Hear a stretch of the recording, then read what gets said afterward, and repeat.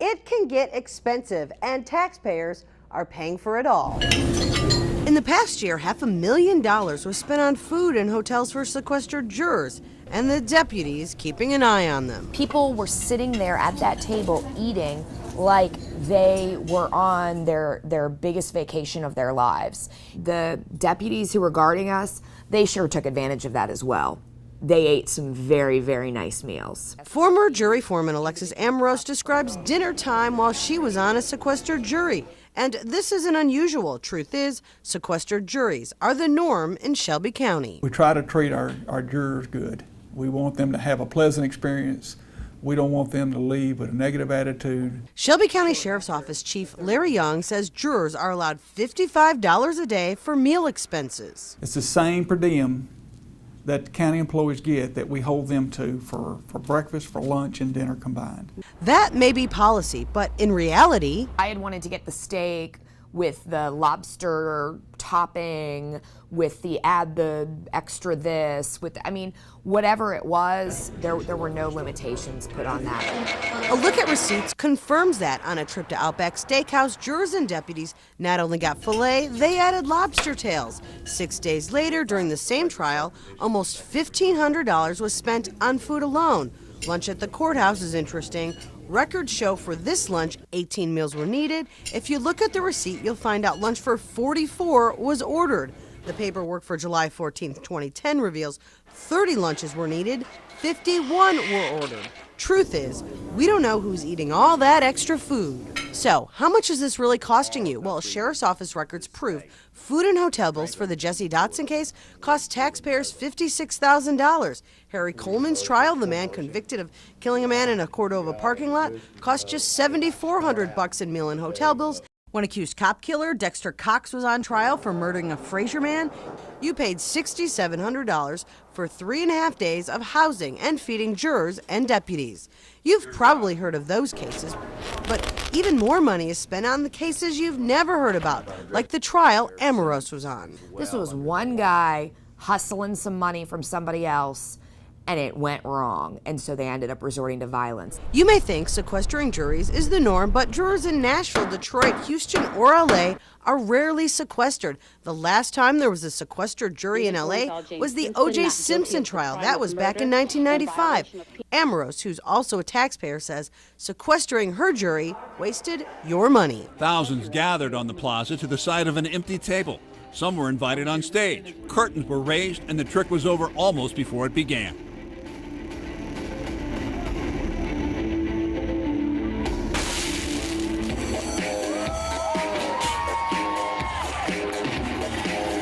Sure, that looks like a really neat trick, but I've been backstage. It's just a fake.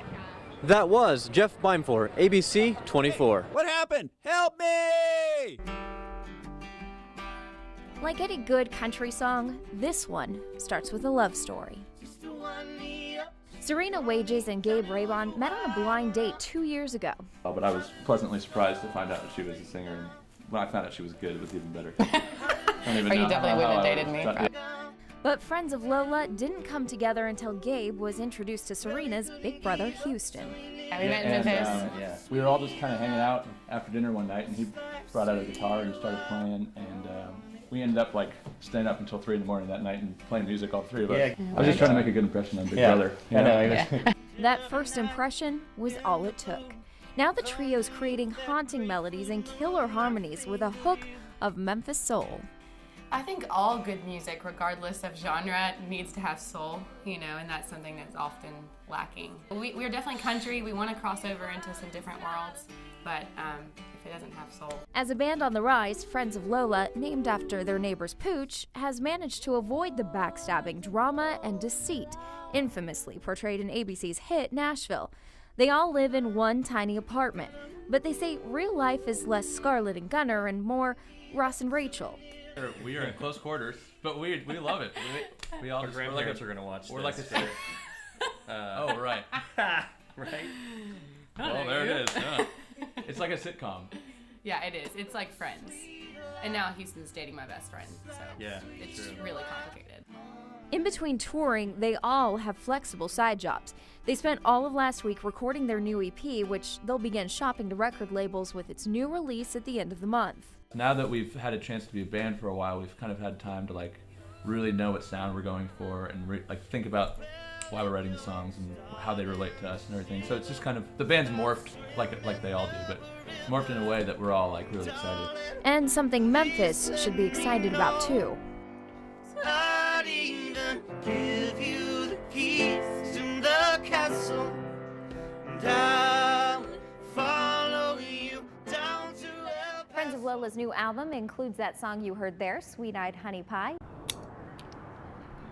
Well, we had a shipment come in today a little before noon. It was bricks of 22, which was 30,000 rounds, and we sold out in 2 hours. What's becoming a national ammo shortage is only getting worse. Jay Hill works at Classic Arms in Germantown and said his phone rings nonstop for 22 caliber bullets. Hardly any business can keep it in stock. So what's so special about this gun? It's always been a cheaper weapon to own. It's always been a cheaper weapon to shoot, and just plain out fun. The reason for the bullet shortage? I think people are just genuinely worried that they're not going to be able to get the ammo very shortly. They're not sure what the government is going to do with all the bills that are going through the House right now, so they're just stockpiling up. Classic Arm employees say bulk ammunition to resell is hard to find. This couple was looking for bullets to use for critter defense, but they've had no luck. It can get kind of irritating. And the other part, not only is it not on the shelves, but it's also higher priced when it is on the shelves. Jay Hill says it's hard to keep up with the demand. I mean, I could sell a lot more if I could just get it. We have so many orders that are back orders that we're just waiting on supply to get here, so we can call our customer and say, hey, your product's here, you need to come get it. Piece by piece, things are coming together. It's not just about barbecue for these guys. It's also about style. 37 years in the making, the Memphis in May Barbecue Fest has become something of a spectacle. Well, when it started, it was just, a handful of teams. It takes a lot of work. It starts about at the end of May and ends the beginning of May when we start back up the next year. So it just keeps getting bigger and better every single year. And he's not just talking about the smokers. The tents also keep growing. It's a lot of man hours. I've been here every day since Monday. Pretty much everybody's here from ding till dawn. It's more than just barbecue and booze. Members of Team Victory Lane spent more than 200 hours building their barbecue tent. So you have to be on your A game and have to be perfect. Side by side, these teams have worked through the elements for days to build the best Memphis in May barbecue experience possible. In the name of Jesus. This night we come together as a family, as a community, affirming the value and the dignity of work. As they passed around a flame of hope from one candle to the next, each time understanding the other's struggles. There's a lot of support for what's going on, what we're going through right now, not having any insurance, any benefits, and being out of work since October the 7th. Union President Kevin Bradshaw organized tonight's vigil, hoping to strengthen his Kellogg family. Because we just want to work, we've been locked out. For many of these families, their struggles have become a bonding experience. It has affected my family a lot, because I'm a single parent with a child.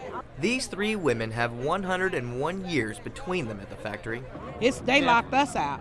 We would be in there working today if they hadn't locked us out. It's very difficult. Scott Harmon has 25 years invested in Kellogg's, standing tonight in limbo with his fellow workers. It's just terrible, miserable. You don't know what to do. You don't know if you're going to have a job tomorrow. You don't know whether to go out and look for a job. You don't know if you're going to get called back or not.